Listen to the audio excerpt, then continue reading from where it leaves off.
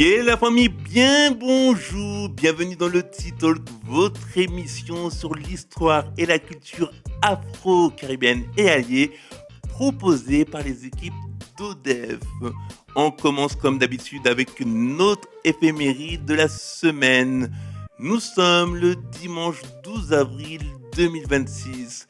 C'est un jour comme aujourd'hui, le 12 avril 1975, mourait la chanteuse afro-américaine Joséphine Baker.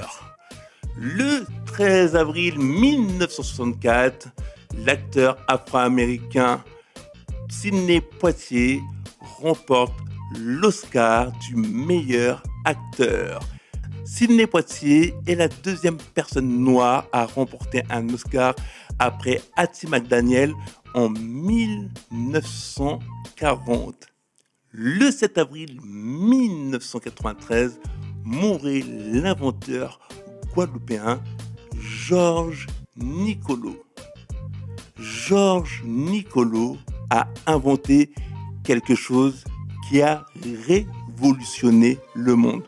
Oui, disons-le, un Guadeloupéen a inventé quelque chose qui a révolutionné le monde. Un Guadeloupéen a inventé quelque chose qui a révolutionné le monde. Messieurs, dames, c'est grâce à monsieur Georges Nicolo qu'on peut zapper sur notre télévision. Heidi Ossa. Allez, on enchaîne avec notre minute culturelle. La semaine dernière, c'était le week-end de Pâques. Et on sait très bien qu'aux Antilles, il y a eu beaucoup de personnes qui ont consommé du crabe. Mais d'où vient cette tradition ? Eh bien, elle vient de la période de l'esclavage où pendant la période du carême chez les catholiques, les 40 jours avant Pâques, les colons nous empêchaient de manger de la viande. Et pour avoir quelque chose d'assez consistant, mais qui n'était pas de la viande, les esclaves consommaient du crabe. Et le dimanche de Pâques, ils se réunissaient tous pour consommer le reste de crabe. Juste après l'abolition de l'esclavage, les Antillais, les anciens esclaves, ne consommaient plus de crabe. Le retour de la consommation du crabe est arrivé en 1884, lorsque le lundi de Pâques est devenu un jour férié. Allez, on fait une petite pause avec l'info inutile du jour. Apparemment, un oreiller doit être changé tous les 2 ou 3 ans.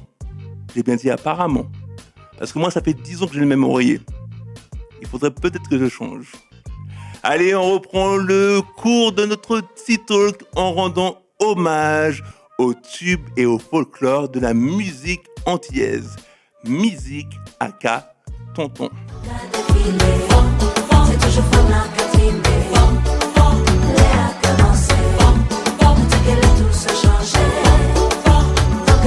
Le concept Jeu de dames avec le deuxième volume, le deuxième album de Jeu de dames sorti en 1996, From For, interprété par Léa Galba, Valérie Odina et Daniel René Corail, qui n'est autre que la mère de Morane Voyer. Le concept Jeu de dames rend hommage à la femme. Quand je vous dis que le zouk est précurseur sur des sujets de société. Dans les années 90, on ne parlait pas tellement de féminisme, mais le concept Jeu de dames rend hommage à toutes les femmes. Jeu de dames, volume 2, sorti en 1996. 4 ans plus tard, en l'an 2000, le 3e volume de Jeu de dames sortait avec ce titre-là en promo.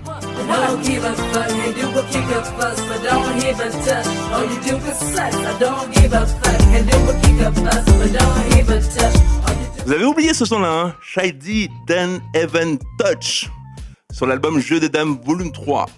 Mais ce n'est pas le titre le plus connu de l'album. Le titre le plus connu du Jeu de dames volume 3, c'est celui-là.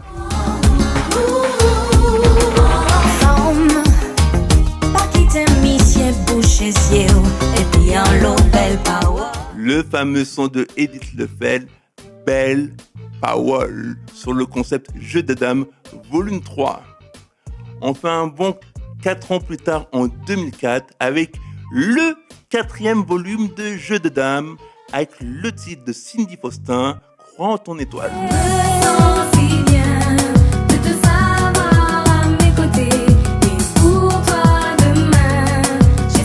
Voilà, on est en train de refaire la saga des Jeux de dames.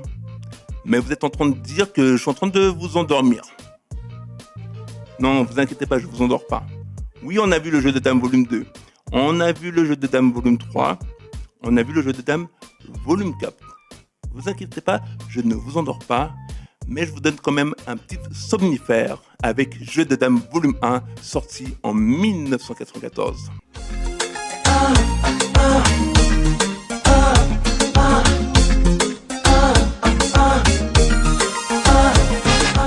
Ce fameux classique d'Edith Lefel, Somnifère, sorti sur le concept Jeu de dames volume 1 en 1994. Ce titre-là nous a tous fait quelque chose, même nous les hommes. Enfin, je vais parler pour moi. Somnifère de Edith Lefel m'a vraiment marqué sur la condition de la femme. J'irai pas plus loin dans les commentaires, mais c'est un titre qui est vraiment fort. Allez, on termine notre émission Le T-Talk. On va se retrouver prochainement et surtout, n'oubliez pas de nous suivre sur les réseaux. À plus tard.